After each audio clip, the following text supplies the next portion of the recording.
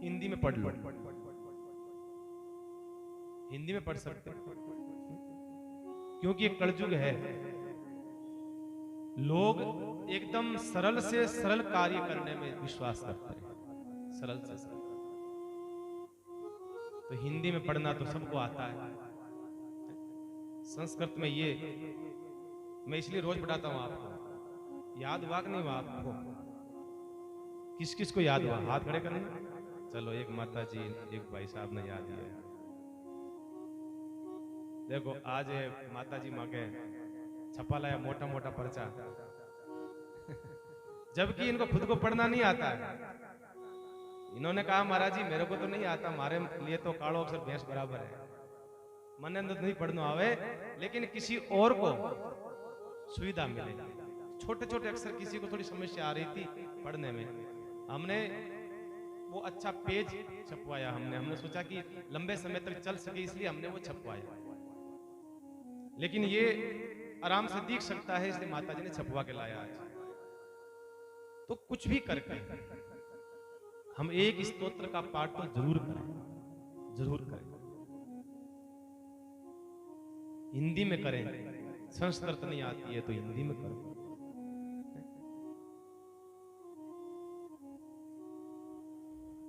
संस्कृत एक देव भाषा है, इसलिए इसका महत्व थोड़ा बढ़ जाता है संस्कृत का। लेकिन मैं अक्सर कहता रहता हूं, शब्द क्या है? शब्द मुर्दा है, और शब्दों में जब भाव आता है तब वो शब्द प्राण में होते हैं। शब्द मुर्दा है, शब्दों में जब भाव पूरोगे तो वो प्राण प्राण है। इसलिए आप कैसे भी पढ़ो, बस पढ़ो। और कुछ नहीं कर सकते हो तो कम से कम बाहर ज्योतिर्लिंगों को पढ़ लो, सब सब सब उसके अंदर आ जाएगा, कुछ भी शेष नहीं रहेगा। बाहर ज्योतिर्लिंगों का जरूर पठन करो।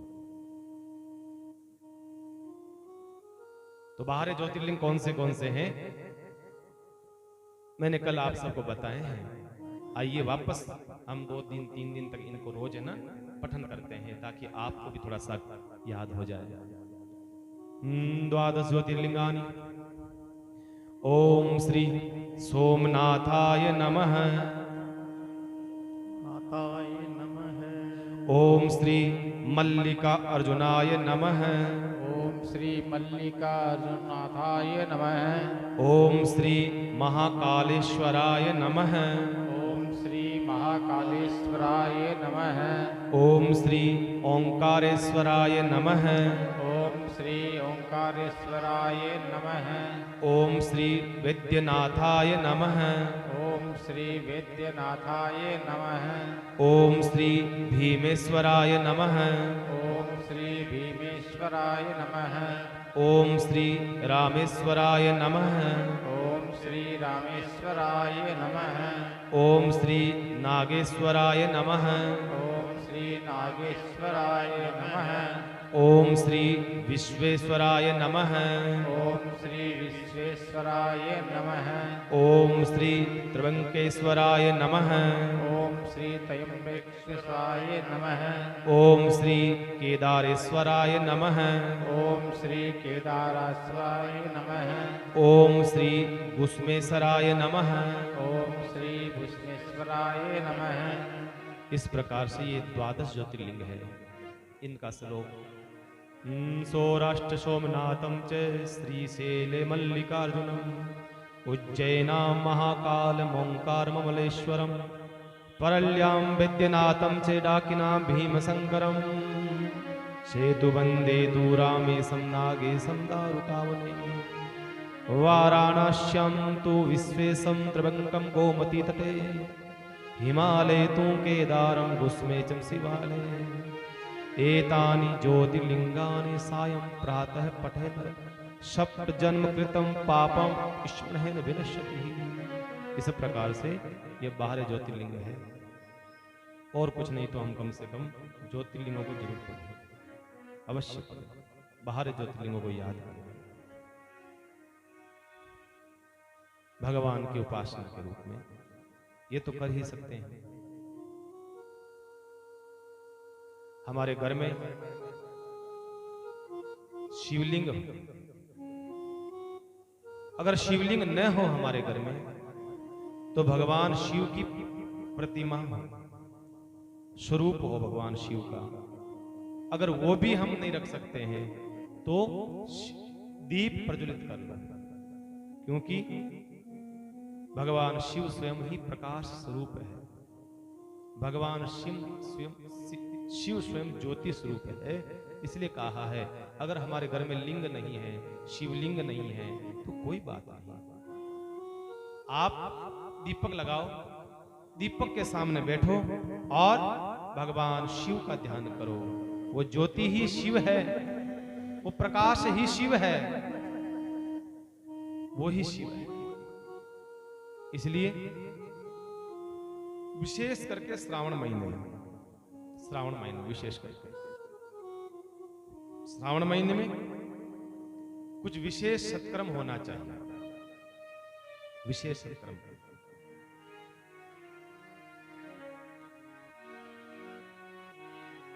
तो भगवान शिव के शिवलिंग का दर्शन कराया है यहां। सूत जी महाराज कहते हैं कैसा है शिवलिंग, मानो लिंगाष्ट के माध्यम से हम सब लोग लिंगाष्टकम के माध्यम से दर्शन करें। ब्रह्मा मुरारी सुरार्चित लिंगम निर्मल भासित शोभित लिंग।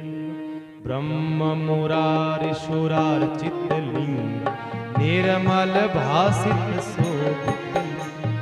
जन्मज दुख विनाशक लिंग सत्प्रणमामि सदा शिवलिंग। जन्मज दुख विनाशक लिंग तत्प्रणमामि सदा शिवलिंग। ये लिंगाष्टक में 8 श्लोक है। इन 8 श्लोकों में क्या कहा है? ब्रह्म मुरारी सुरार्चित लिंगम, मैं उस सदाशिव भगवान लिंग को प्रणाम करता हूं जिसे ब्रह्मा विष्णु देवताओं द्वारा पूजा जाता है। उस लिंग को प्रणाम करता हूं देवताओं के द्वारा जो पूजनीय योग्य है, जो निर्मल उज्जवल और शोभित है। मैं सदा उस शिवलिंग को प्रणाम करता हूं जो जन्म जन्म के पापों को काटता है।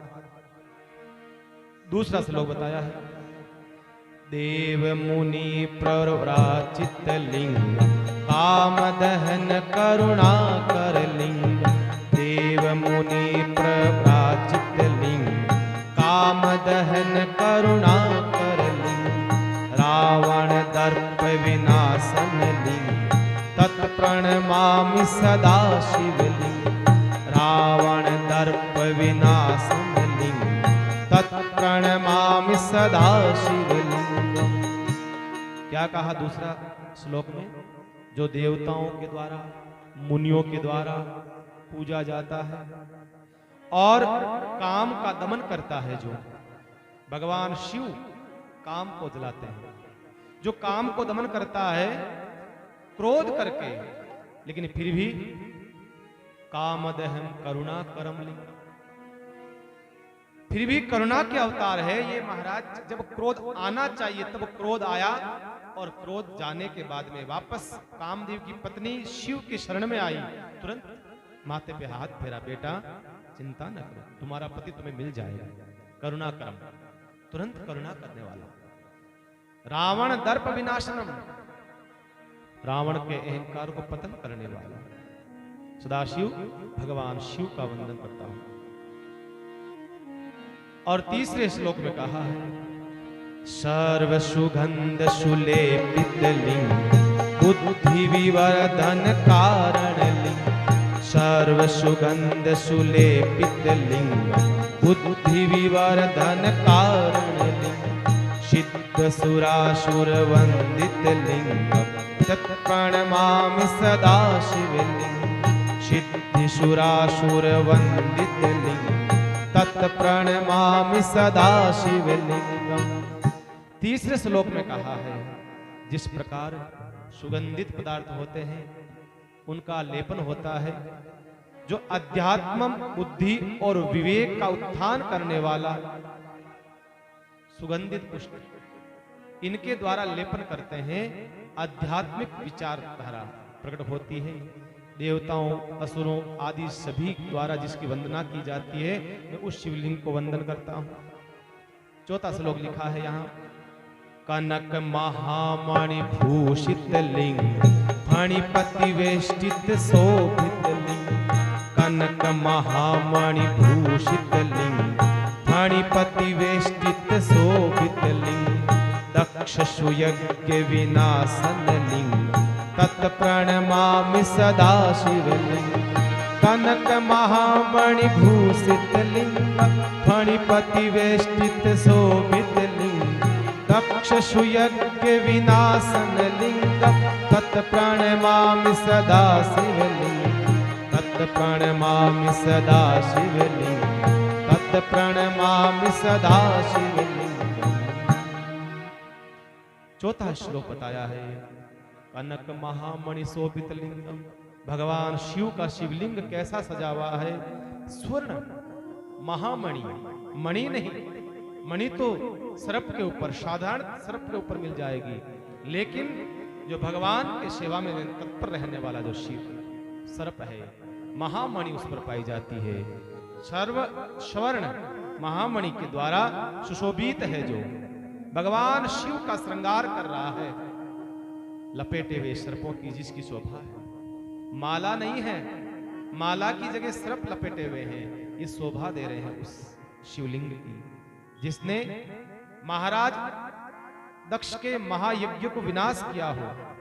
मैं ऐसे भगवान शिव की वंदना करता हूं, ऐसे भगवान। पांचवा श्लोक में क्या कहा?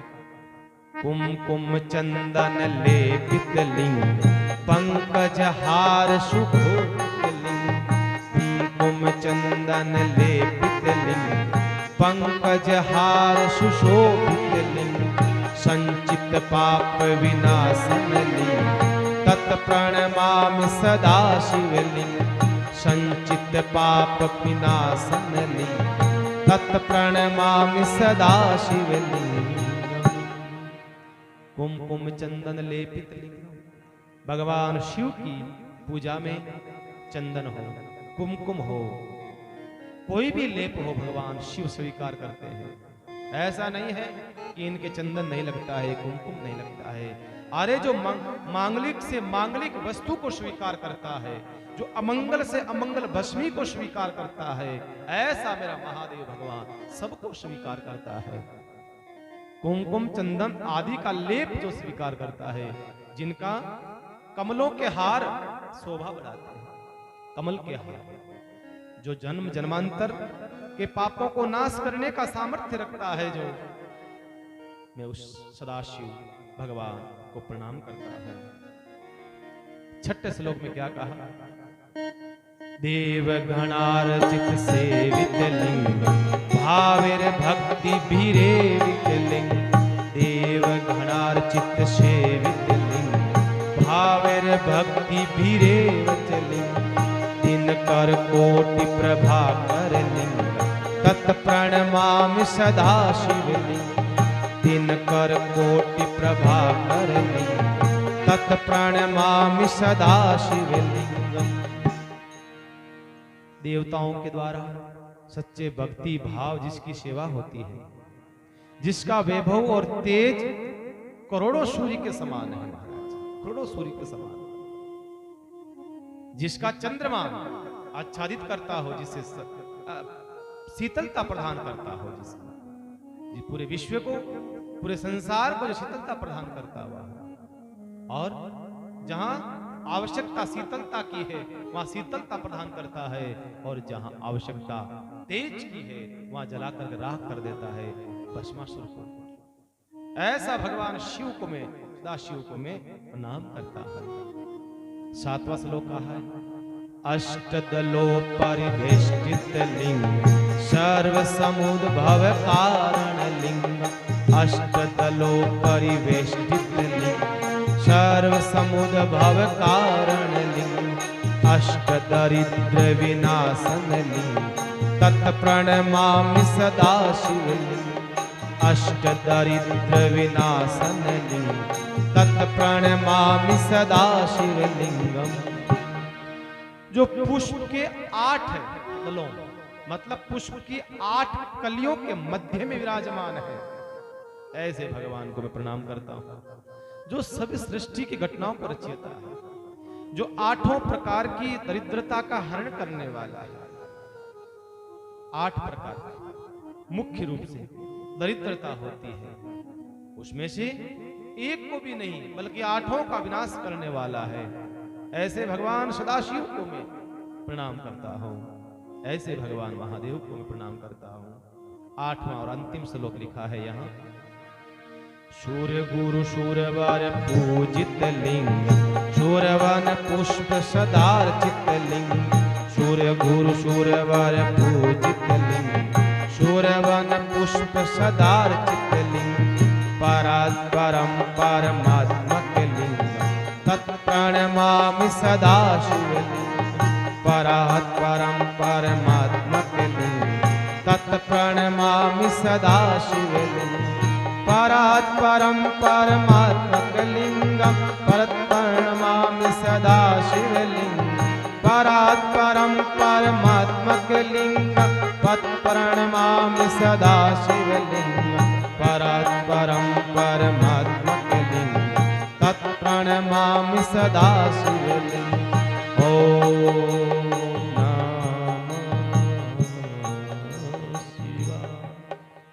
इस प्रकार से 8वें श्लोक में लिखा है, जो देवताओं के गुरुजन सर्वश्रेष्ठ देवों के द्वारा जो पूजनीय है, जिसकी पूजा दिव्य पुष्पों के द्वारा की जाती है, वो ब्रह्म जिनका न आदि है न अंत है, ऐसे शिवलिंग स्वरूप भगवान शिव को मैं प्रणाम करता हूं। इस लिंगाष्टक को जो नित्य पाठ करता है, शिव महापुराण कहती है, जो इस लिंगाष्टक का नित्य पाठ और पठन करता है, जीवन में कभी भी उसकी अकाल मृत्यु नहीं होती है, कभी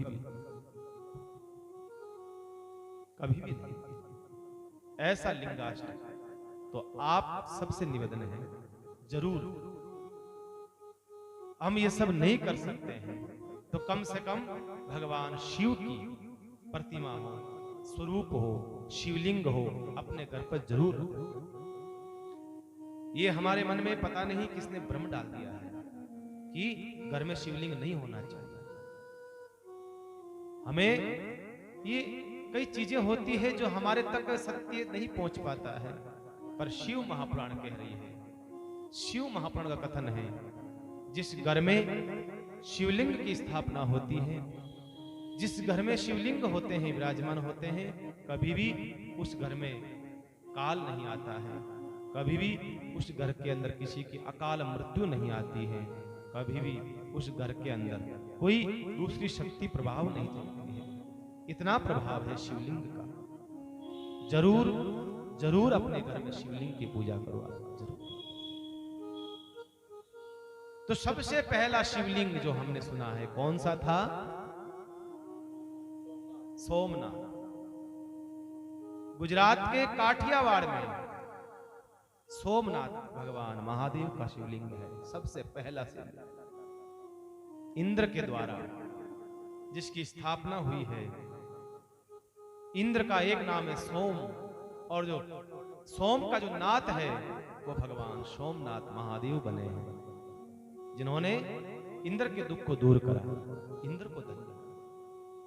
ऐसा सोमनाथ आप जब जाते हो, दर्शन करते हो, कितना भव्य मंदिर बना हुआ है समुद्र के तट पर, मानो समुद्र खुद आकर के भगवान महादेव को जल से आच्छादित करता हो, ऐसा दिव्य शिवलिंग का दर्शन वहां होता है।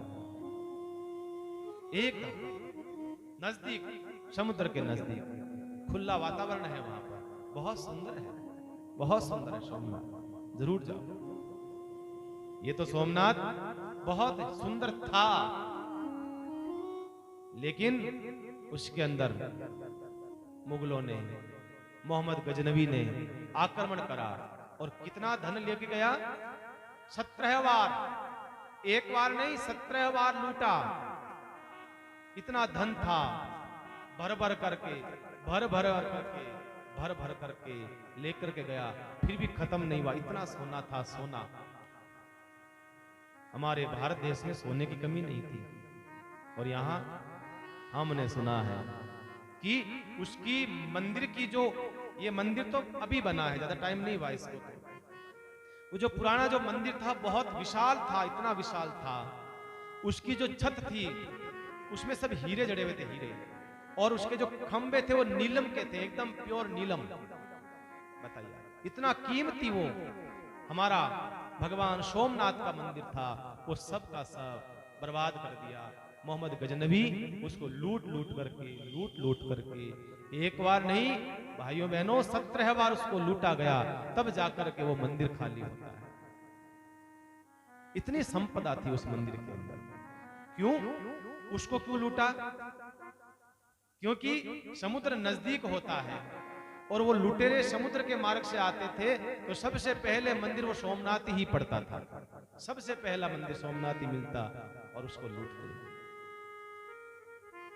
ये तो वापस देश आजाद हुआ है 1900 याद है 47 में आजाद हुआ था देश। उस समय सरदार वल्लभ भाई पटेल, नाम सुना? लौह पुरुष सरदार वल्लभ भाई पटेल, उन्होंने ये मंदिर वापस बनवाया। ये जो हम देख रहे हैं ना, जो मंदिर अभी जो भव्य देख रहे हैं, बड़ा मंदिर देख रहे हैं, ये उनके समय वापस बनवाया गया। हमारा देश आजाद हुआ उस समय जब मंदिर बनवाने लगे, तो भारत का पहला प्रधानमंत्री कौन था?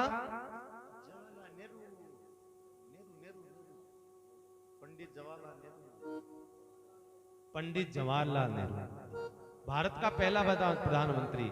कुछ नॉलेज रखा करो ये इन चीजों की भी है ना। अब प्रधानमंत्री कौन है, प्रधानमंत्री कौन था, धार्मिक बातें अध्यात्म बातों के साथ साथ में जनरल नॉलेज का होना बहुत जरूरी है, बहुत जरूरी है। सब चीजें ध्यान रखा करो। यह नहीं कि बस भगवान को नाम लेवा, नहीं, भगवान के नाम के लिए साथ में राष्ट्र के प्रति भी, देश में क्या चल रहा है, देश के प्रति भी हमारा कर्तव्य बनता है, हमारा कर्तव्य बनता है।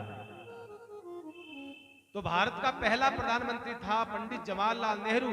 उन्होंने कहा, पटेल से कहा, अरे पटेल साहब क्यों इस मंदिर में पैसा लगा रहे हो, क्या करोगे, जाने दो। पटेल साहब ने कहा, हमने आपसे पैसा नहीं मांगा है प्रधानमंत्री जी, हम आपसे थोड़ी पैसा मांग रहे हैं। कहा खजाना खाली है, हमारे पास पैसा नहीं है, खजाना खाली हो गया, हमारे पास पैसा नहीं है। पटेल साहब ने कहा कोई बात नहीं, जब पाकिस्तान का बंटवारा करा था 55 करोड़ कहां से आए थे?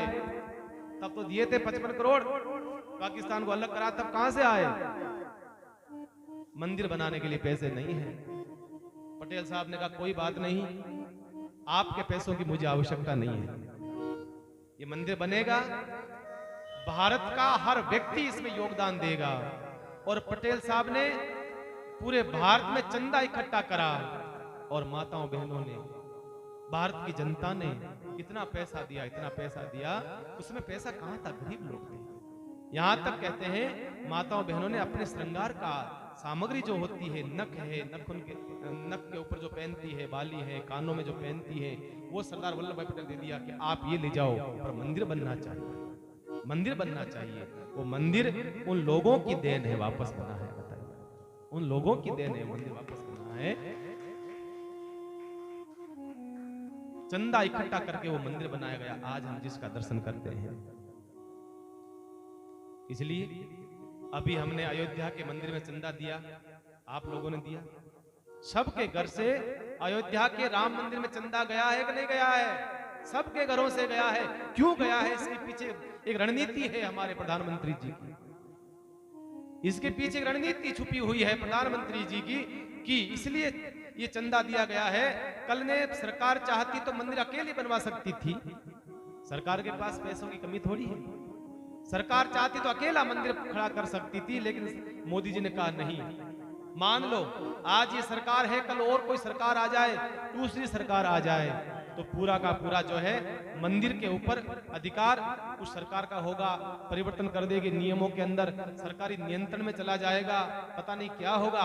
इसलिए कहा है कि भारत की जनता का पैसा लगे और भारत की जनता का इस मंदिर पर अधिकार हो, सरकारी नियंत्रण से बाहर हो जाए और भारत की सरकार जनता का ये मंदिर बने। इसलिए घर घर से चंदा मंगाया गया। इतना चंदा इकट्ठा हुआ जितनी आवश्यकता ही नहीं थी। चंदा इतना इकट्ठा हो गया, कम से कम 20-50 गुना ज्यादा पैसा इकट्ठा हो गया। जितना पैसा चाहिए था उससे कई गुना ज्यादा पैसा इकट्ठा हो गया। अब उस पैसे से क्या करेंगे? मंदिर तो बन जाएगा, पर हमारे माननीय योगी मुख्यमंत्री जी ने क्या दिमाग लगाया, जो पैसा आ गया है उस पैसे को भगवान 14 साल की जो वनवास की जो यात्रा करी है, उस पूरी यात्रा का जो रास्ता है, वो रास्ता के जो मंदिर हैं वो सबको सुधारा जाएगा और 14 साल की यात्रा के अंदर जो जो स्थान आए हैं उन स्थानों का विकास होगा। उन पैसों से पूरी अयोध्या को नया बनाया जाएगा। मान लो ऐसा बड़े बड़े मंदिर बनाए जाएंगे, बड़े बड़े रास्ते होंगे, भव्य इमारतें होगी भगवान राम के मंदिर की। बताइए ये अयोध्या, एक तो आप लोग पहले जाते थे अयोध्या में, अब आप 2023 में अयोध्या में जाना, आप 23 तक शायद मंदिर बन जाएगा और जब जाओगे उस मंदिर को आप देखोगे, भव्य मंदिर को, दिव्य मंदिर को, उस भव्यता को, दिव्यता को देख करके जीवन की धन्यता होगी। तो कहने का मतलब है ऐसी अयोध्या नगरी, भगवान राम की अयोध्या नगरी, कैसा स्वरूप का वर्णन है अयोध्या नगरी का। एक बहुत सुंदर एक राजेश्वरानंद जी महाराज ने पद की रचना करी है, बहुत सुंदर पद है अयोध्या नगरी के बारे में।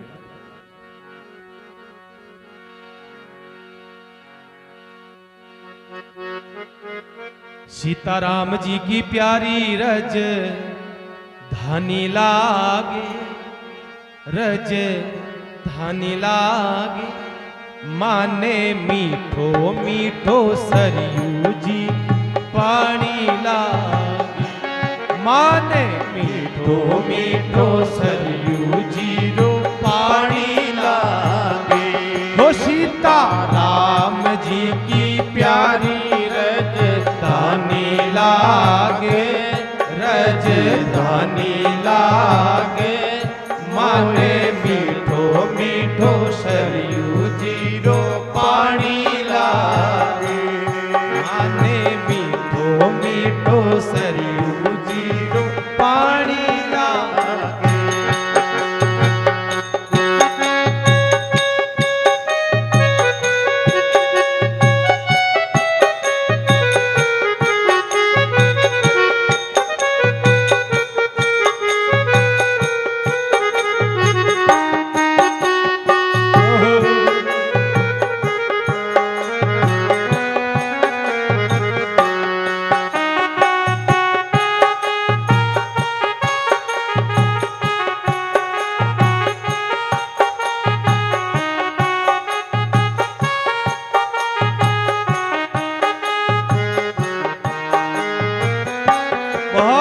रचना है राजेश्वरानंद जी महाराज की, राम कथा गाते थे वो। कौशल्या धन्य के कई, धन्य सुमित्रा मैया, हो धन्य कौशल्या धन्य के कई, धन्य सुमित्रा मैया, धन्य भूप दशरथ के अंगना खेलत चारों भैया, धन्य भूप दशरथ के अंगना खेलत चारों भैया, मीठी तोतली रसीली प्रभु की वाणी लागे, प्रभु की वाणी लागे, माने मीठो मीठो सरयू जी रो पानी लागे।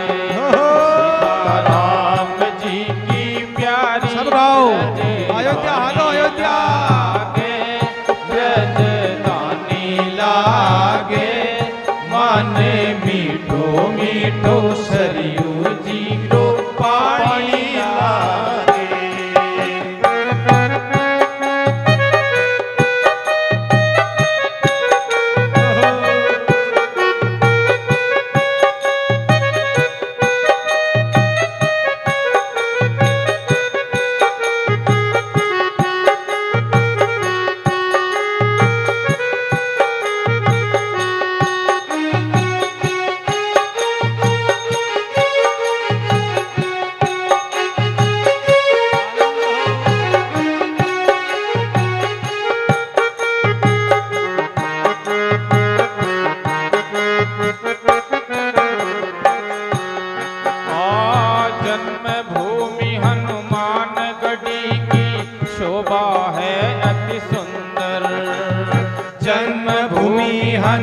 मान गढ़ी की शोभा है अति सुंदर। स्वयं जगत के मालिक बैठे कनक भवन के अंदर।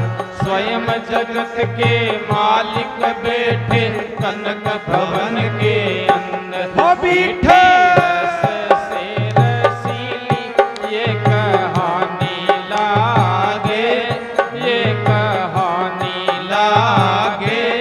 माने मीठो मीठो सरयू जीरो पानी लागे। सीता राम जी की प्यारी रजधानी लागे, रजधानी लागे। माने मीठो मीठो अरे मीठो जीरो पानी लागे।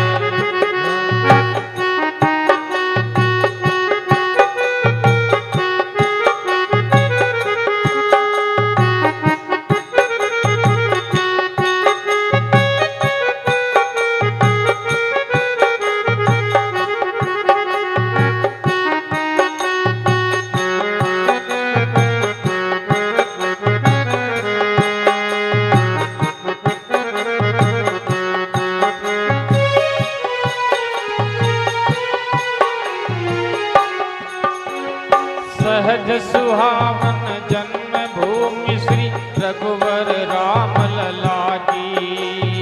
सहज सुहावन जन्म भूमि श्री रघुवर राम लला की।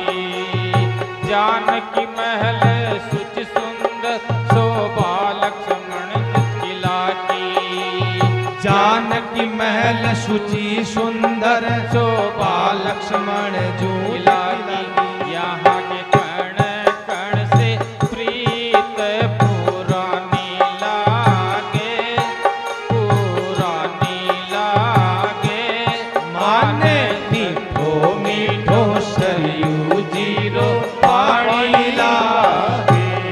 सीता राम जी की प्यारी रजधानी लागे, रजधानी लागे। माने मीठो मीठो सरयू जीरो पानी लागे।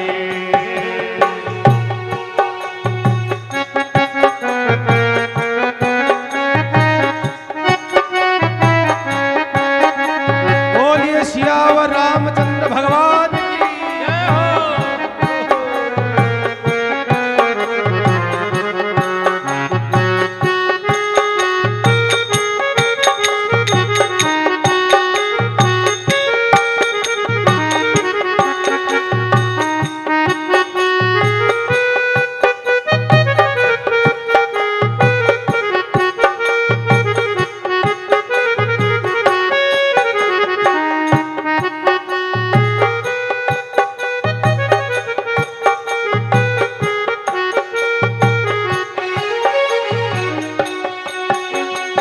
जय सिया राम दंडवत भैया मधुरी बानी बोले।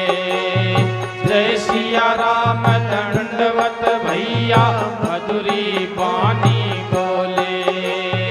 करे कीर्तन संत मगन मन गली गली में डोले। करे कीर्तन संत मगन मन गली गली में डोले। सीता राम नाम धुन मस्तानी लागे, मस्तानी लागे। माने मीठो मीठो सरयू जीरो पानी लागे। हो सीता राम जी की प्यारी रजधानी लागे, रजधानी लागे। माने मीठो मीठो सरयू जीरो पानी लागे। जय हो। माने मीठो मीठो सरयू जीरो पानी लागे। माने मीठो मीठो सरयू जी पानी लागे। बहुत सुंदर, कितना सुंदर दर्शन कराया इस भजन के अंदर। सब दर्शन करा दे। देखो जन्मभूमि हनुमान गढ़ी की शोभा अति सुंदर, स्वयं जगत के मालिक बैठे कनक भवन के अंदर। सहज सुहावन जन्म भूमि श्री रघुवर राम लला की, जानकी महल शुचि सुंदर शोभा, लक्ष्मण ज्योत की लागी। भगवान की पूरे परिवार का दर्शन इस भजन में कराया है राजेश्वरानंद जी महाराज ने। तो दिव्य अयोध्या का ऐसा दिव्य मंदिर बन रहा है भगवान की कृपा। तो इस प्रकार से हमारे पास में ऐसी सी संपत्ति थी जिसको लूटा गया, हमारे से छीना गया, ऐसी संपत्तियों को। तो सबसे पहला जो शिवलिंग है, ज्योतिर्लिंग है, उसका नाम है सोमनाथ। सोमनाथ की कथा इस प्रकार है। दूसरा ज्योतिर्लिंग जो है मल्लिकार्जुन। मल्लिकार्जुन की जो कथा है बीच में आई थी, आपको मैंने सुनाया था। जब भगवान शिव से नाराज होकर के भगवान कार्तिकेय चले गए थे छोड़ करके, मैं लौट करके नहीं आऊंगा पुनः वापस आपके पास। और वो सीधे कहां गए थे? श्रीशैलम, जो पहाड़ था, जो पर्वत था, उस पर जाकर के बैठ गए। यहां पर लिखा हुआ है जो आंध्र प्रदेश में है, आंध्र प्रदेश। श्रीशैलम पर्वत पर कार्तिकेय भगवान विराजते हैं। वहां पर वहां 3 नदियों का संगम होता है, जिसमें नदियों का कौन सा नाम है? कृष्णा नदी है, तुंगभद्रा नदी है और भीमा नदी है। इन तीनों नदियों का संगम होता है, उससे त्रिवेणी कहा गया है। और यहाँ भगवान कार्तिकेय की तपस्थली है। यहाँ भगवान कार्तिकेय ने भजन करा है, तपस्या करी है, देवताओं के सेनापति हैं। और जब से भगवान कार्तिकेय देवताओं के सेनापति बने हैं, तब से रिकॉर्ड कायम है, एक भी युद्ध देवता नहीं हारे। जब से देवताओं के सेनापति भगवान कार्तिकेय बने हैं, तब से एक भी युद्ध नहीं हारे, जीतते आ रहे हैं सब।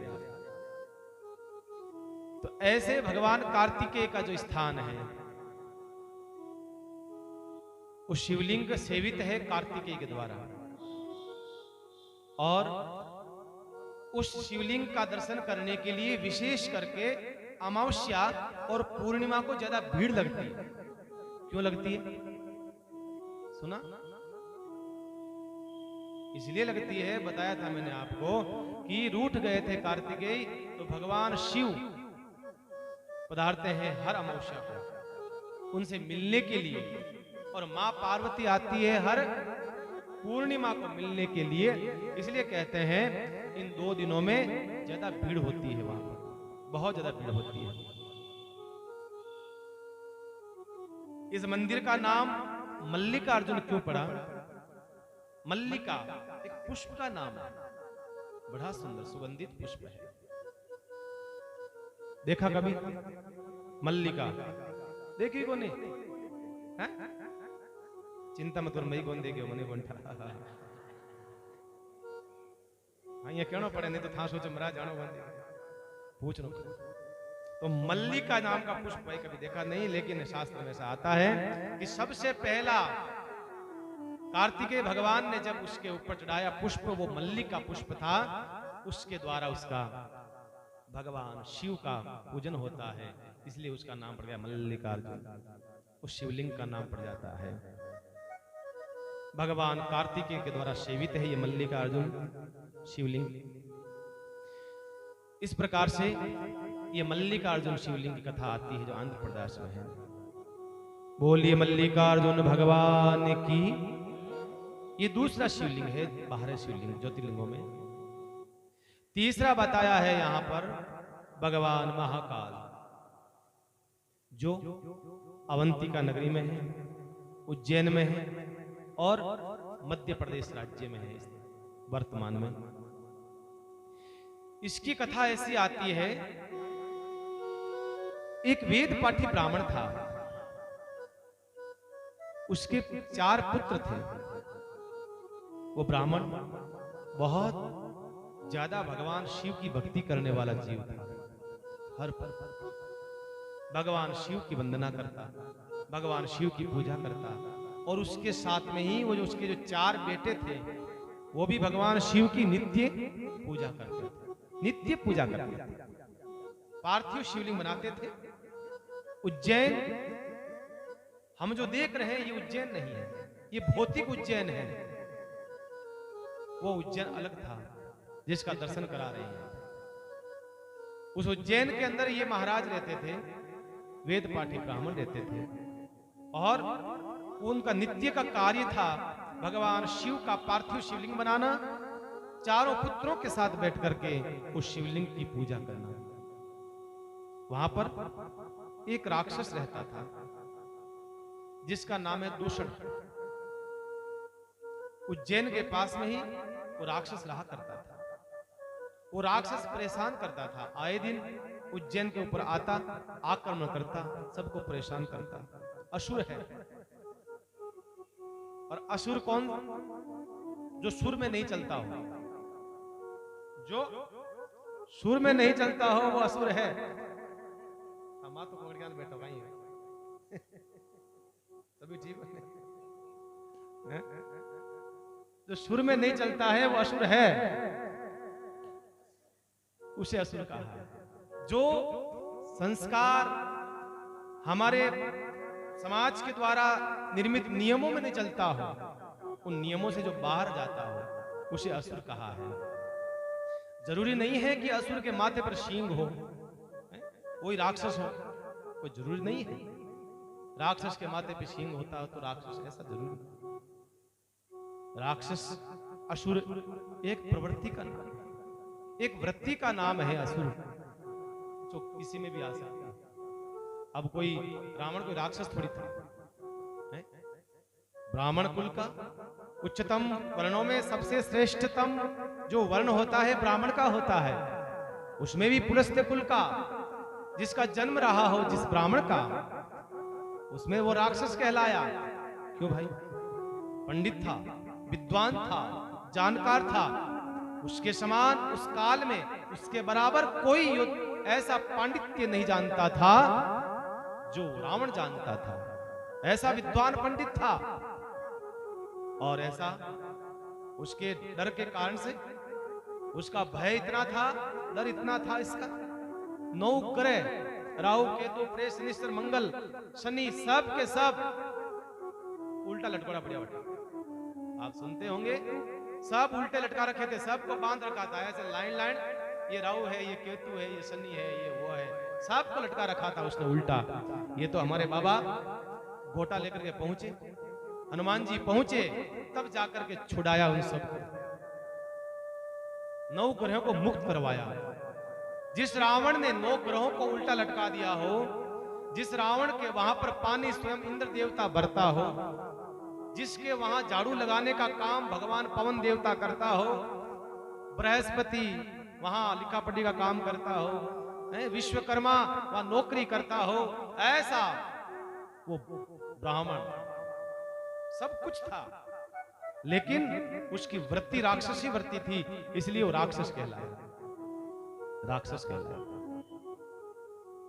तो कहीं ना कहीं नीच कुल में कोई होकर के भी रैदास जैसा महापुरुष मीरा का गुरु बन जाता है, वो पूजने योग्य हो जाता है। कोई ऊंचा कुल में ब्राह्मण रहते हुए भी रावण जैसा राक्षस बन जाता है। तो व्यक्ति की पहचान उसके वर्ण से नहीं, उसकी जाति से नहीं, उसके खानदान से नहीं, उसकी वृत्ति से, उसके आचरण से होती चाहिए, उसके आचरण से होनी चाहिए। भगवान राम ने राजमहलों की दीवारों को छोड़ा और जाकर के सबको गले लगाया। नहीं तो कौन जाता सबरी के पास में, नीच जाति की सोच करके कौन जाता, निषाद राज को गले कौन लगाता, कौन गले लगाता। इसलिए भगवान ने इन जातियों को, बेड़ियों को छोड़ा, सबको जाके गले लगाया।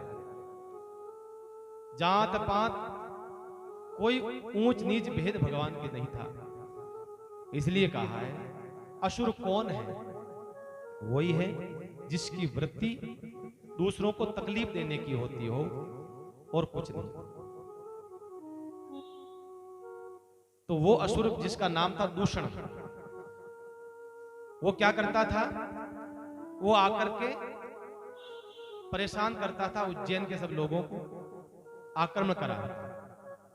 जब एक बार अपनी सेना को लेकर के आया, पूरे उज्जैन के ऊपर आक्रमण करा, घबराया सब उज्जैन के लोग और सब भाग भाग करके उन पंडित जी के पास आने लगे, क्योंकि उन पंडित जी को भगवान शिव का इष्ट था। सब पार्थिव शिवलिंग के पास में आकर के बैठ जाते हैं, हे महादेव बचाओ बचाओ बचाओ, भगवान महादेव बचाओ। भयंकर राक्षस का वो रूप, उसके साथ में भयंकर राक्षस, ऐसा स्वरूप उस राक्षस का।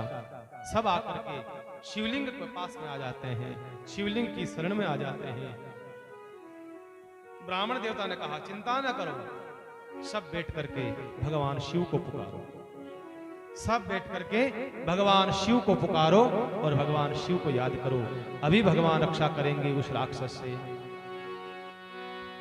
नमः शिवाय नमः शिवाय, हर हर भोले नमः शिवाय, नमः शिवाय नमः शिवाय, हर हर भोले नमः शिवाय, नमः शिवाय।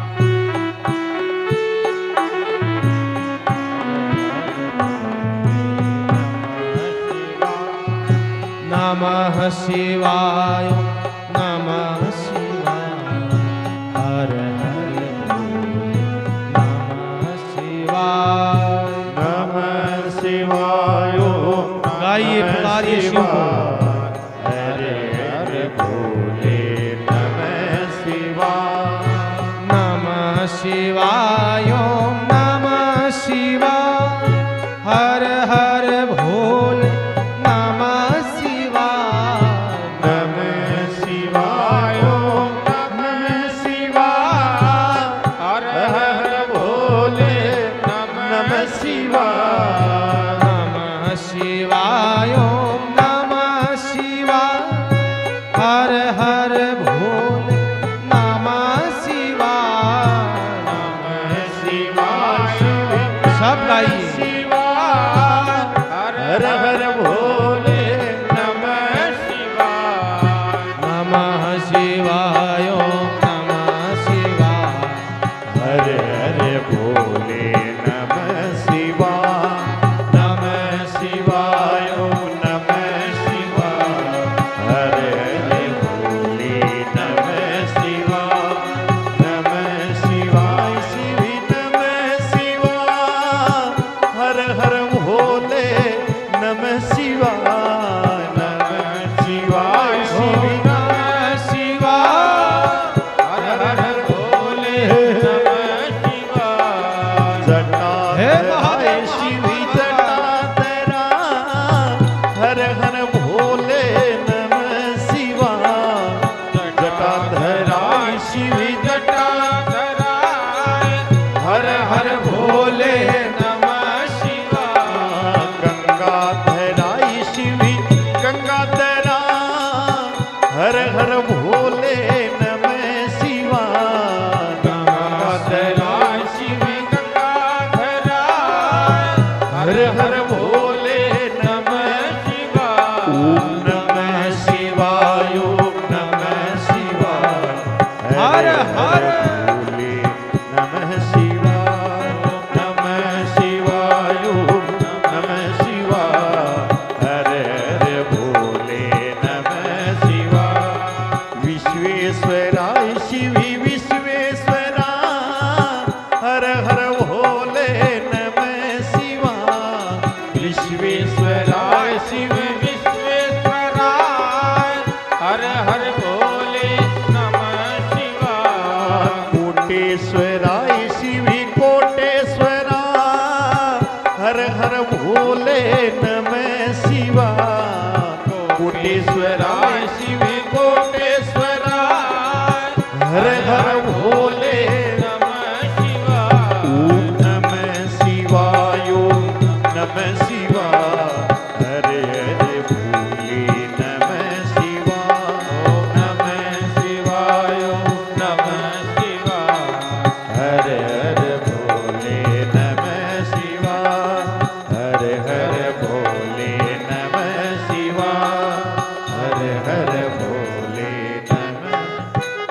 सब आकर के भगवान शिवलिंग को पास में आकर पकड़ लेते हैं। महादेव रक्षा करो, रक्षा करो, राक्षस मार रहा है दूषण नाम का आदित्य, प्रभु बचाओ।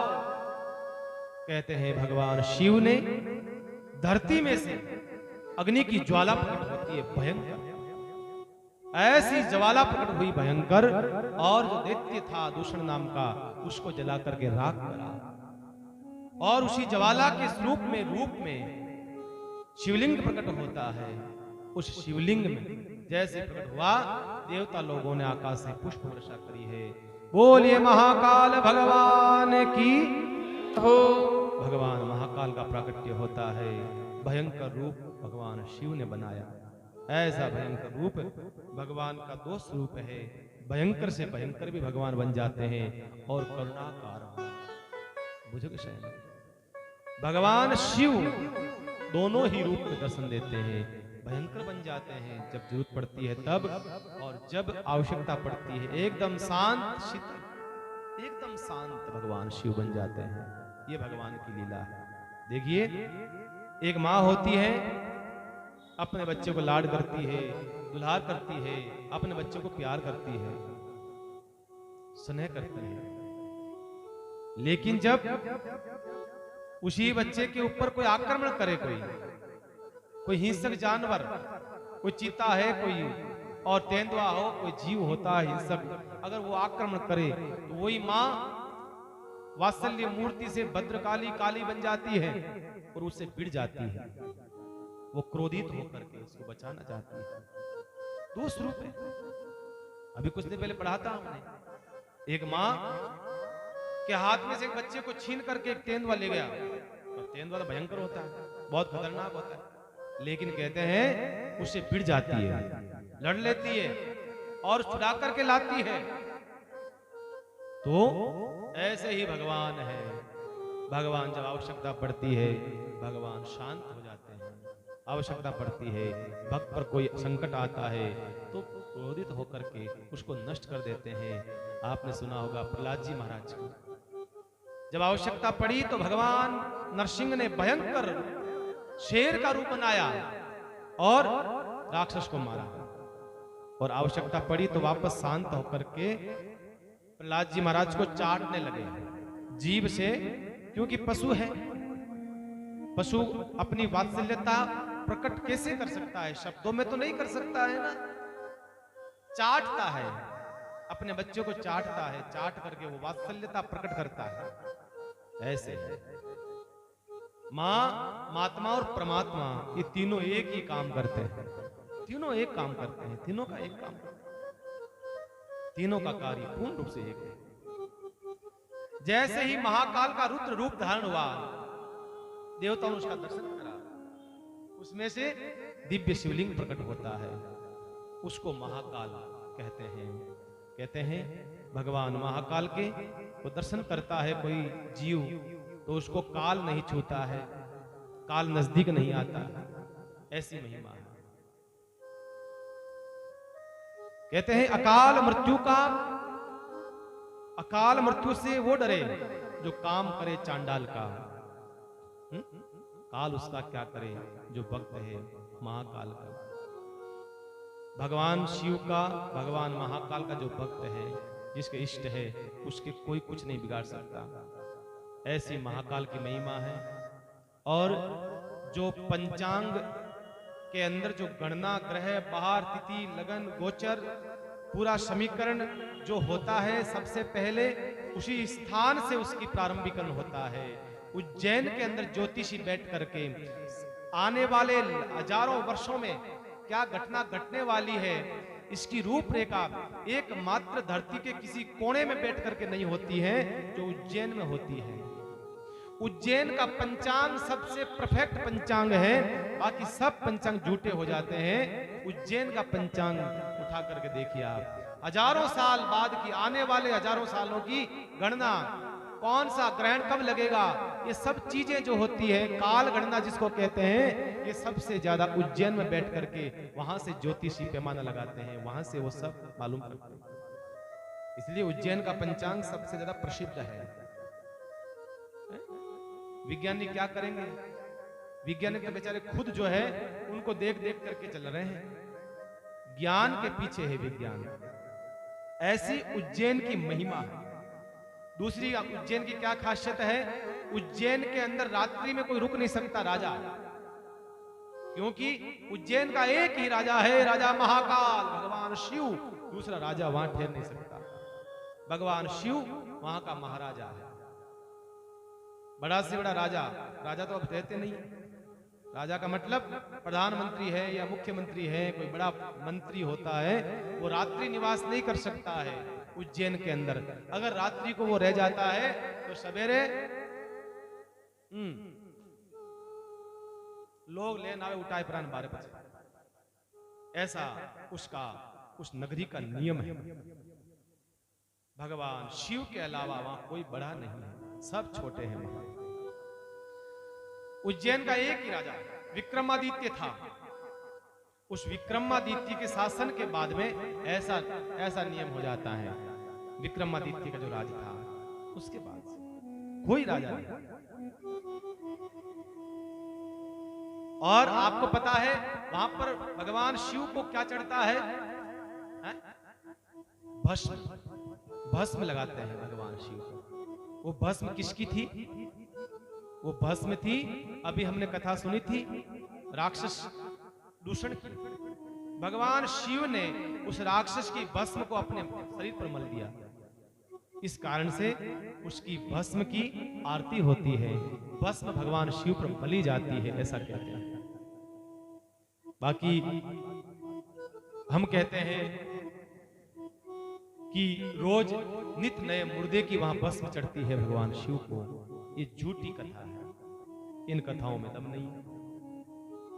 ये जानकारी प्राप्त हुई है शास्त्रों से और पंडितों के द्वारा कि नित्य कोई मुर्दे की भस्म नहीं चढ़ती है भगवान शिव को। भगवान शिव के वहीं पर मंदिर के अंदर ही गौ माता के कंडों से जो भस्म तैयार होती है, छान करके जो भस्म बनाई जाती है, वो भस्म चढ़ती है। बाकी कोई नित्य मुर्दे जो होते हैं उनकी भस्म चढ़ती है, ऐसा नहीं, ऐसा कोई कथा नहीं। तो ऐसा ये भगवान का तीसरा ज्योतिर्लिंग है जिसको कहते हैं महाकाल ज्योतिर्लिंग। बोलिए भगवान महाकाल की जय। ये तीसरा ज्योतिर्लिंग है। और चौथा ज्योतिर्लिंग की कथा आती है, वो है ओंकारेश्वर ज्योतिर्लिंग, भगवान शिव महादेव का चौथा जहां स्थान है, पवित्र स्थान है ओंकारेश्वर। नर्मदा नदी के तट पर है, मध्य प्रदेश में है और विंध्याचल पर्वत के वहां है। जिस पर्वत पर 2 शिखर हैं, 2 शिखरों के अंदर यहां कथा आती है कि ओंकारेश्वर का विराजमान है, एक शिखर पर ममलेश्वर महादेव विराजमान है। आप जब भी जाते हो ममलेश्वर पर ओंकार दर्शन करते हो, कथा आती है सबसे श्रेष्ठ बनने के लिए विंध्याचल पर्वत ने भगवान की उपासना करी। एक भगवान शिव की उपासना करी। विंध्याचल पर्वत का एक ही मकसद था कि मैं सबसे बड़ा बन जाऊं, सबसे श्रेष्ठ बन जाऊं, मेरे से बड़ा कोई नहीं बने। बैठ करके भगवान शिव की आराधना, भगवान शिव का भजन के माध्यम से, शिव महादेव का बड़ा प्यारा भजन। विंध्याचल भगवान शिव की उपासना आराधना भगवान शिव के भजन के साथ में कर रहा है। आइए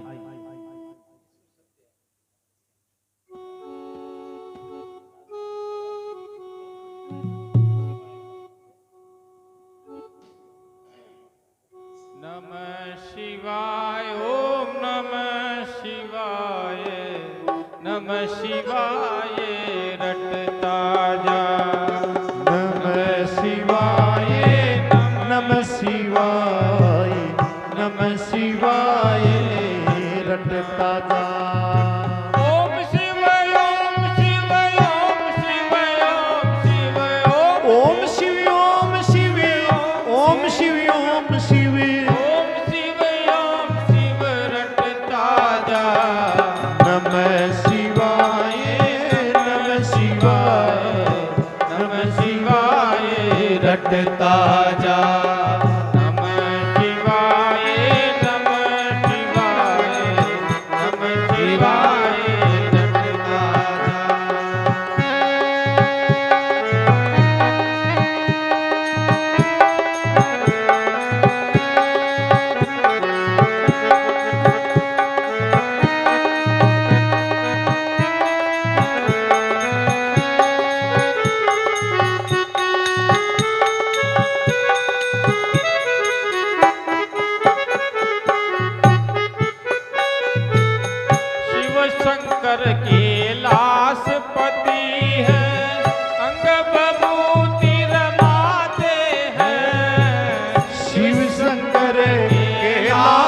पति है, अंग बभूति रमाते हैं।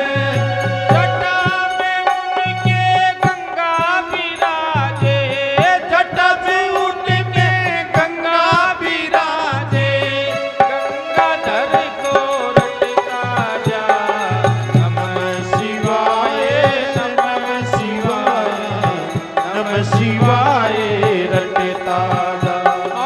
ओम शिव ओम शिव ओम शिव ओम शिव ओम शिव, ओम शिव, ओम शिव, ओम शिव, ओम शिव रटता जा। नमः शिवाय, नमः शिवाय, नमः शिवाय रटता जा। नमः शिवाय, नमः शिवाय, नमः शिवाय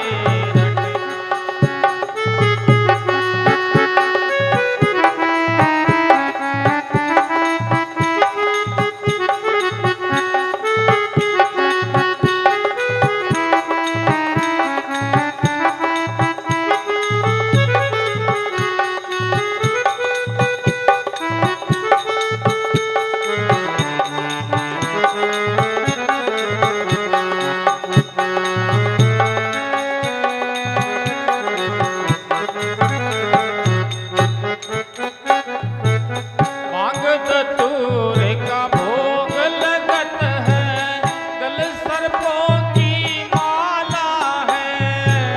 भांग धतूरा का भोग लगत है, गले सर्पों की माला है।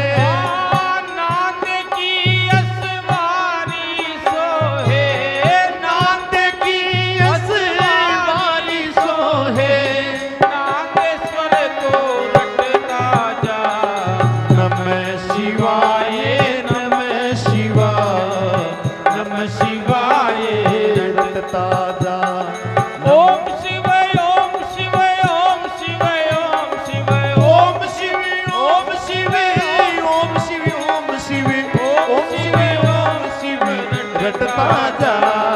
नमः शिवाय, नमः शिवाय, नमः शिवाय रटता जा।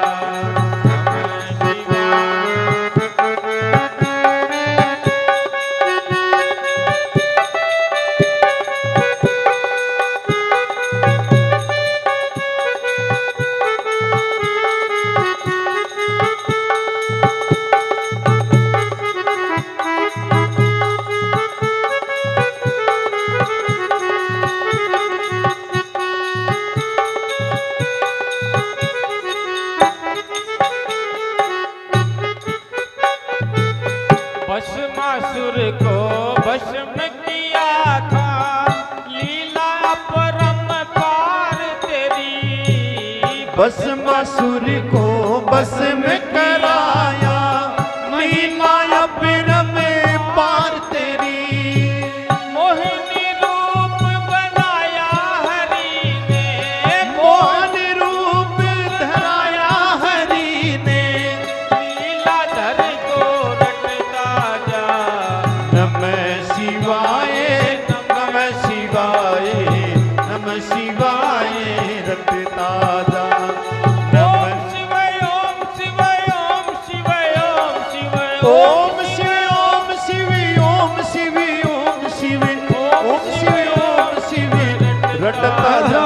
नमः शिवाय, नमः शिवाय, नमः शिवाय रटता जा। नमः शिवाय, नमः शिवाय, नमः शिवाय रटता।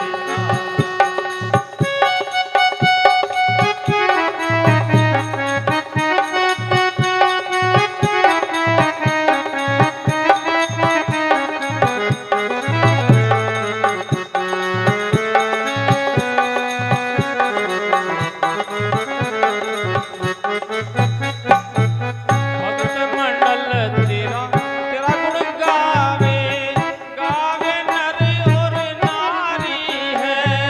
भगत मंडल तेरी महिमा गावे, गावे नर और नारी है। ऐसे दीन दयाल मेरे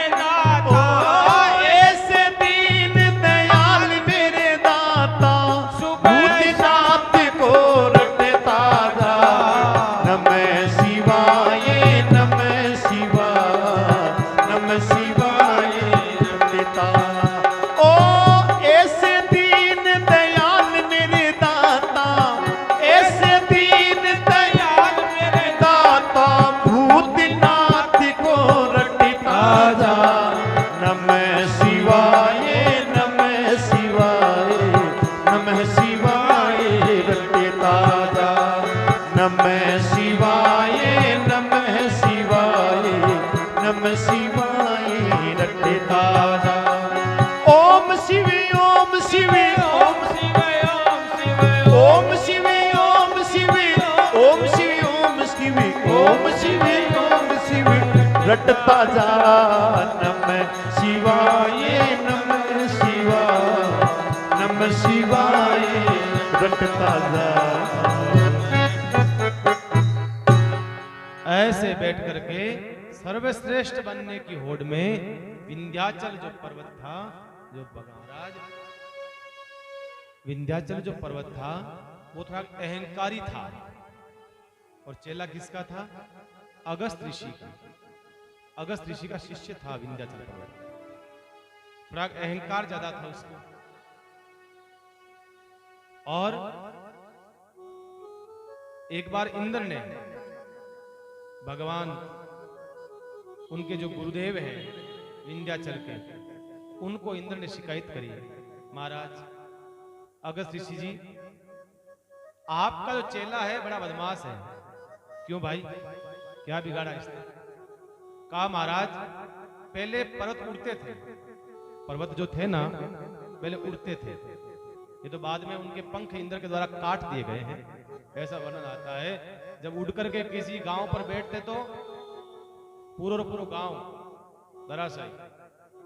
ये इंद्र ने फिर वापस वह सबके पंख काटे हैं तो एक जगह पड़ा है हमारा, नहीं तो बड़ो मामलो खराब हो पहले। तो इंद्र ने एक बार अगस्त ऋषि से कहा, महाराज आपका जो चेला है जगह जगह जाकर के बैठ जाता है, नुकसान करता है, थोड़ा समझाओ। अगस्त ऋषि ने कहा, भाई देख मेरी बात भी नहीं मानता है। विंध्याचल पर्वत जो बड़ा है अहंकारी है, पर इंद्र जानता था कि गुरु भक्त पक्का है, गुरु जी जो कहेंगे वो मानेगा। अगस्त ऋषि ने कहा, चिंता मत करो, मैं कोशिश करता हूं समझाने की उसको। कई चेले ऐसे होते हैं गुरु जी से मानते हैं, भगवान की नहीं मानते, महाराज गुरु जी से ही मानते हैं। तो एक बार अगस्त ऋषि जो है निकल रहे थे, यात्रा पे जा रहे, दक्षिण भारत की यात्रा पर। तो मालूम चला विंध्याचल को मेरे गुरुदेव पधार रहे हैं, मेरे यहां से पधारेंगे। बहुत खुश हुआ, स्वागत के लिए उसने तैयारियां करी है, गुरुदेव पधारेंगे आज, भोजन है, प्रसाद है, स्वागत के लिए तैयारी करी उसने। बहुत भव्य स्वागत करा। और जैसे ही स्वागत करने के लिए वो गुरुदेव के चरणों में गिरा, आशीर्वाद दो गुरुदेव। गुरुदेव ने कहा, आशीर्वाद है, जब तक वापस नहीं आऊं तब तक यहीं लेटे रहना। गुरुदेव काम कर दियो फिट बस। तब से कहते हैं वो विंध्याचल वहीं लेटा हुआ है। विंध्याचल पर्वत देखना, देखोगे आप तो इतना लंबा पठार है, पूरा का पूरा, वो खड़ा नहीं मिलेगा, लंबा ज्यादा मिलता है विंध्याचल पर्वत। तब से लेकर अभी तक वो सुतो ही है, न तो वह अगस्त ऋषि फाचा आया और न वो उठ्यो, तब से लेकर के वो लेटा हुआ है। ऐसी कथा आती है। तो विंध्याचल पर्वत ने भगवान शिव की उपासना करी। एक बार अपने आप को श्रेष्ठ बनाने के लिए भगवान महादेव की उपासना करी, तो भगवान शिव प्रकट होते हैं।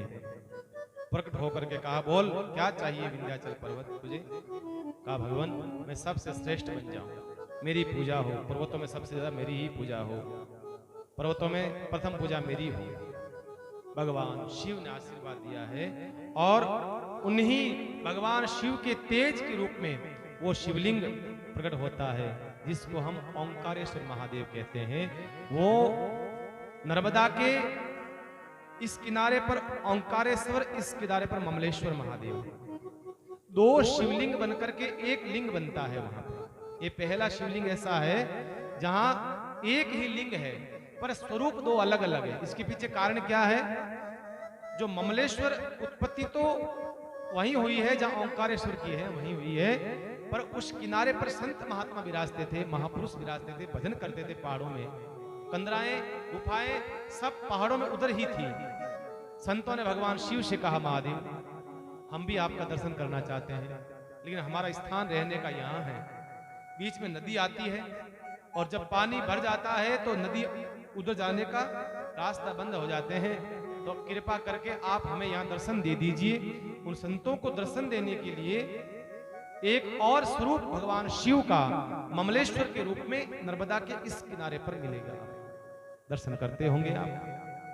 तो ये दो स्वरूप मिलकर के एक स्वरूप बनता है, ये भगवान शिव का ओंकारेश्वर, जहां पर आदि शंकराचार्य भगवान शंकराचार्य ने जहां पर दीक्षा ग्रहण करी है, गुरु प्राप्ति भगवान शंकराचार्य को वहीं ओंकारेश्वर में हुई है।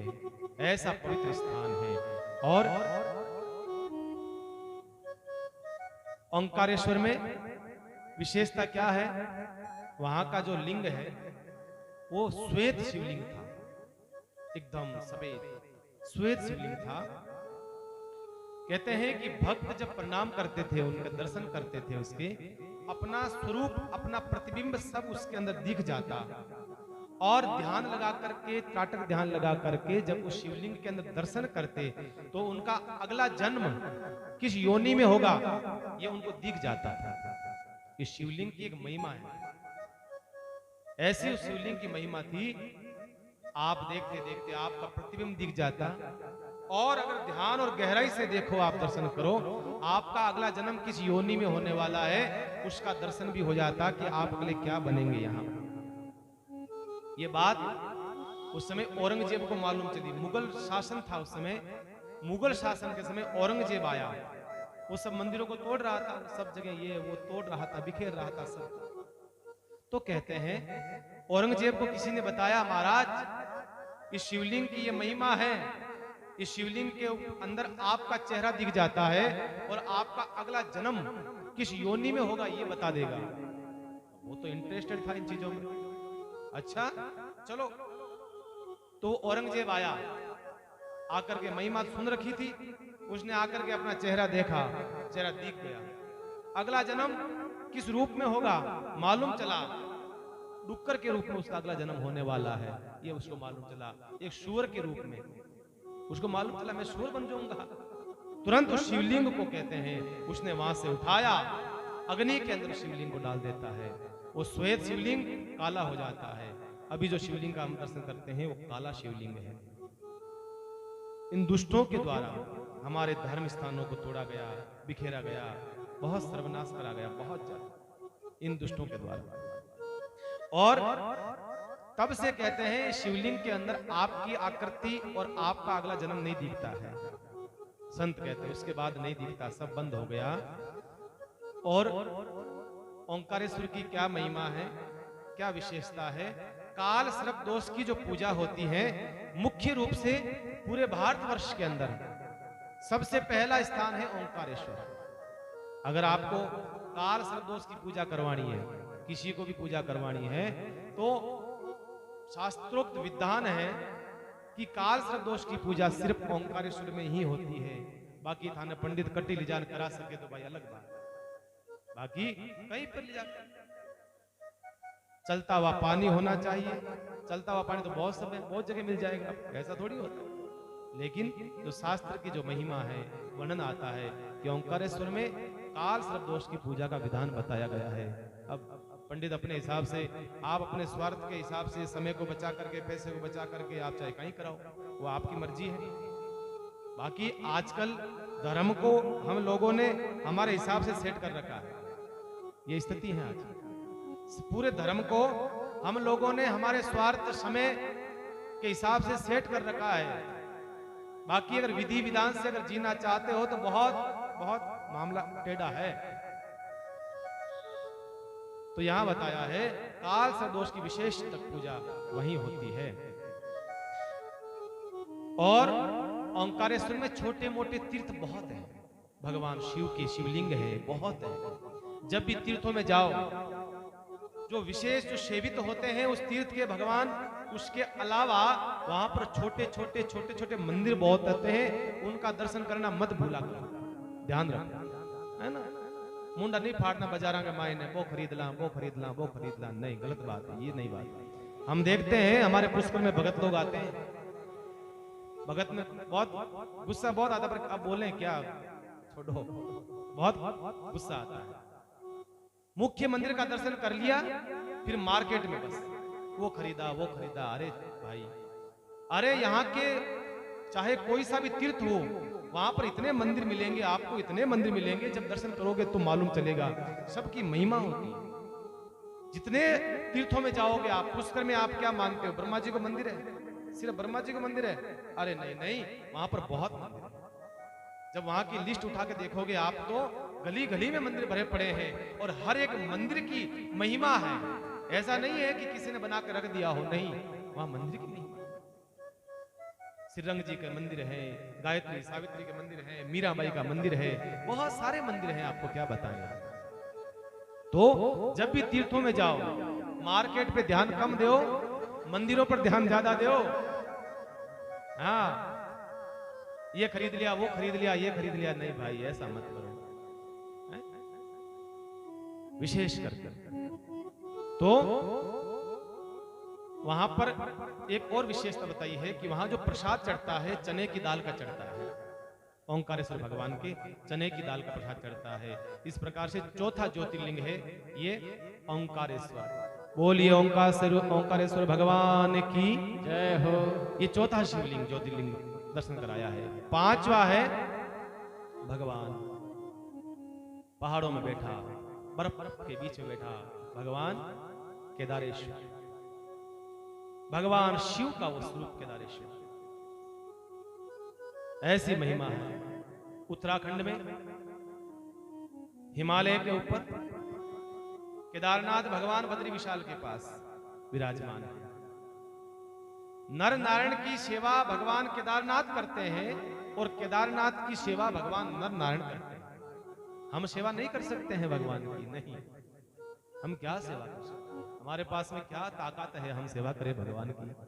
इसलिए केदारनाथ का जो भगवान को पूजा करने वाले हैं वो भगवान नर नारायण है, और नर नारायण भगवान की पूजा करते हैं भगवान केदारेश्वर।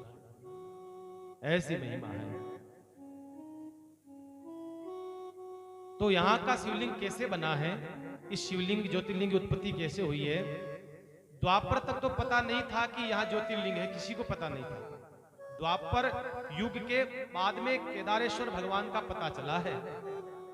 अब जरा कहीं भाई जी विशेष बात है कि थाके मनी कह दो कहीं काम रही तो वाह। एक विशेष कथा सुना रहा हूं, ये नई कथा, आपको शायद पता नहीं होगा इस कथा का, एक विशेष कथा सुना रहा हूं आपको। द्वापर युग तक भगवान केदार का पता नहीं था कि यहाँ भगवान केदारेश्वर है। लेकिन हम कथा सुनते हैं ना, 5 पांडव और द्रौपदी परीक्षित को राजा बनाने के बाद में कहाँ निकल गए? स्वर्गारोहण की यात्रा पर निकल गए थे। शरीर स्वर्ग जाने के लिए यात्रा कर जाते हैं। तो कहते हैं जब 5 पांडव बद्री विशाल से निकलने लगे, तो आगे आगे बर्फ के अंदर 5 पांडव चल रहे हैं, युधिष्ठिर सबसे आगे चल रहे हैं, भीम उनके पीछे चल रहे हैं। ऐसे चलते चलते एक महिष का दर्शन करा। महिष कहते हैं भैंसे को। जैसे ही महिष को देखा युधिष्ठिर ने भीम से कहा, अरे भीम, कहा हाँ, अरे कहा ये भैंसा यहाँ क्या कर रहा है? कहा भैंसा बर्फ के अंदर कहां से आया है, कहां से आया, किसी को पता नहीं। कहा पकड़ो पकड़ो, कौन सा भैंसा है ये कोई भैंसा नहीं है, दूसरा कुछ है। और भीम उसके पीछे भागा, उस भैंसे को पकड़ने के लिए भागा। भैंसा आगे आगे भागा, वो महिष, और भागते भागते भागते भीम बहुत नजदीक आ गया। तो भैंसे ने देखा ये पकड़ देगा मुझे। उसी समय वो महिष धरती के अंदर चला जाता है। उसने उल्टा सीधा मस्तक के बल धरती में घुस गया, और उसका जो मस्तक है वो धरती में घुस गया। और वो मस्तक जाकर के कहां निकला? नेपाल में भगवान पशुपति काठमांडू में जाकर के वो मस्तक निकला। वो वहां जाकर के भगवान शिव का, वो महिष के रूप में भगवान शिव ही स्वयं थे, वो पांडवों के पास में आए थे। और जो मस्तक था वो निकला वहां जाकर के। आप देखना, काठमांडू गए होंगे आप, दर्शन करा होगा, तो वो जो काठमांडू का लिंग का दर्शन करेंगे तो एक मुख के रूप में दर्शन करेंगे। उसकी पूजा जो होती है मुख के रूप में होती है। और भीम ने पीछे से पकड़ा उस महिष को, पीठ को पकड़ा तो वो जो पीठ हाथ में आई उसी ही से वो शिवलिंग बन जाता है। आप देखते होंगे जितने शिवलिंग है सब ऐसे सीधे मिलेंगे आपको, पर केदारेश्वर का जो शिवलिंग है वो ऐसे मिला हुआ, ऐसे है, ऐसे मतलब वो भैंसे की महिष की पीठ है, इसलिए उसका शिवलिंग ऐसा है। दो शिवलिंग बन जाते हैं, एक काठमांडू में भगवान पशुपतिनाथ पशु थे इसलिए पशुपतिनाथ कहलाते हैं, और दूसरा केदारेश्वर भगवान उनकी जो पीठ बच जाती है वो पीठ के रूप में भगवान दर्शन देते हैं। ये केदारेश्वर भगवान की कथा आती है महाराज, ऐसी दिव्य कथा आती है। भीमसेन ने भगवान शिव की वंदना करी, शिव की।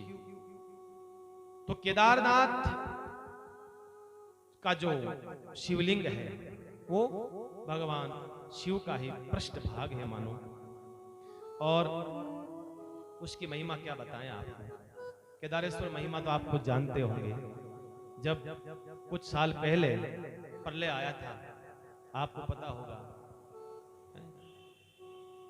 कितनी हानि हुई है, कितने लोग मर गए, कितने लोग चले जाते हैं।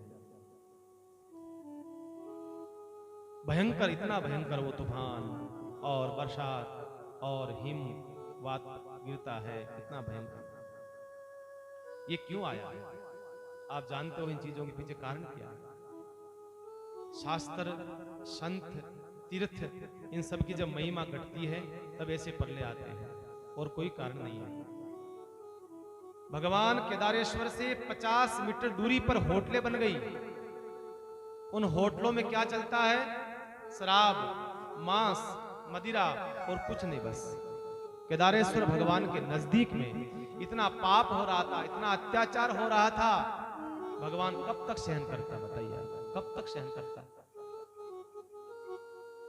ऐसे दुष्ट लोगों के चक्कर में ऐसे ऐसे लोग मारे जाते हैं, भले लोग मारे जाते हैं इस दुष्टों के चक्कर में। आज तीर्थों में स्थिति खराब है मेरे भक्तों। आज पुष्कर के अंदर 500 होटलें हैं। कितनी होटलें हैं?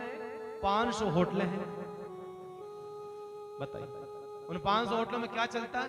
सब यही चलता है। तीर्थों की महिमा घट गई, आज स्थानों की महिमा घट जाती है। और कई लोग कहते हैं महाराज हम गए थे केदारेश्वर, भगवान केदारनाथ के वहां गए थे, एक दिन पहले नीचे उतरे थे, गंगा जी का हमने दर्शन करा। उस दिन गंगा जी हमें ऐसा लगा कि बहुत भयंकर दर्शन हो रहा था। गंगा जी तो अच्छी लगती है ना, गंगा जी दिखने में कितनी सुंदर लगती है। गंगा जी का दर्शन करते हैं तो मन शांत हो जाता है, मन शीतल हो जाता है, तृप्त हो जाता है। लेकिन कई भक्त लोग कहते हैं महाराज वो प्रलय आया था, उससे एक दिन पहले गंगा का दर्शन किया तो ऐसा लगा कि ये कहीं हमें खाना चाहती है, मानो ये हमें अपनी ओर खींचना चाहती है। ऐसी भयंकर गंगा लग रही थी हमें, ऐसी भयंकर।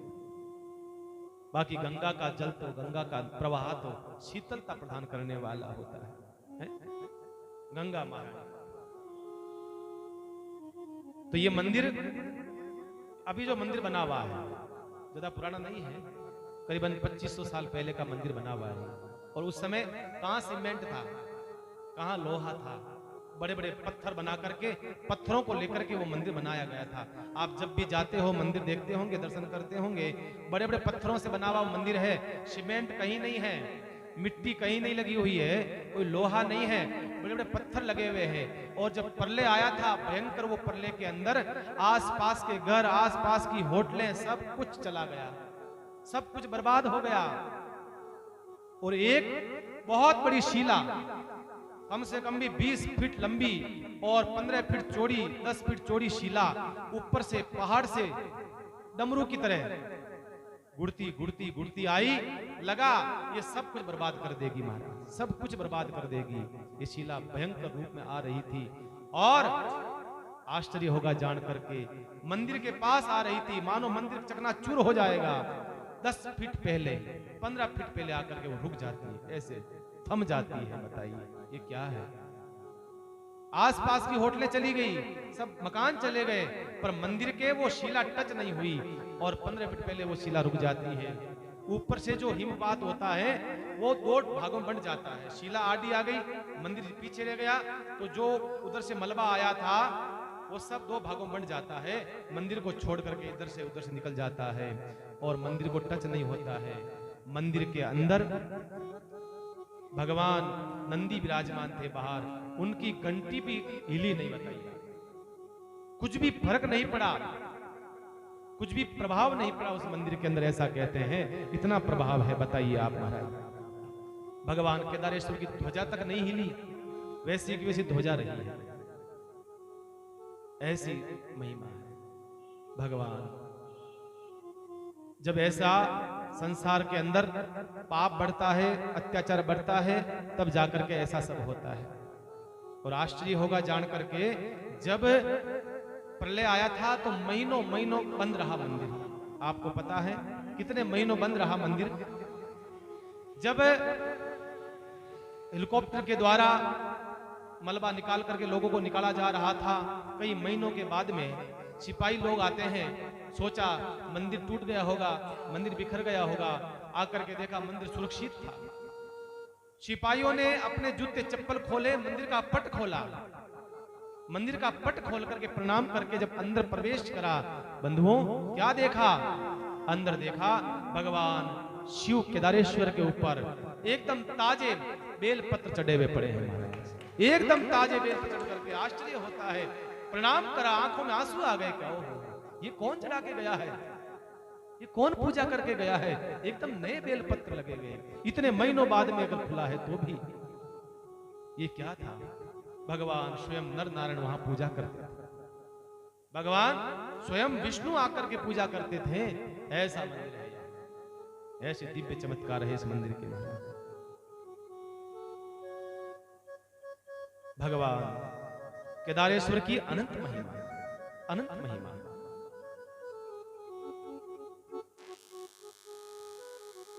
और बद्री विशाल की महिमा आप जानते हो, 7 महीने 8 महीने मंदिर मंगल रहता है, पट मंगल रहता है 7-8 महीने तक। और वो ज्योति घी ज्योत के अंदर डाल करके पट मंगल कर देते हैं। वो कौन चलाता है? ये चमत्कार नहीं तो क्या है? ये भगवान नारद जी स्वयं उसको चलाते हैं ज्योत को। नारद जी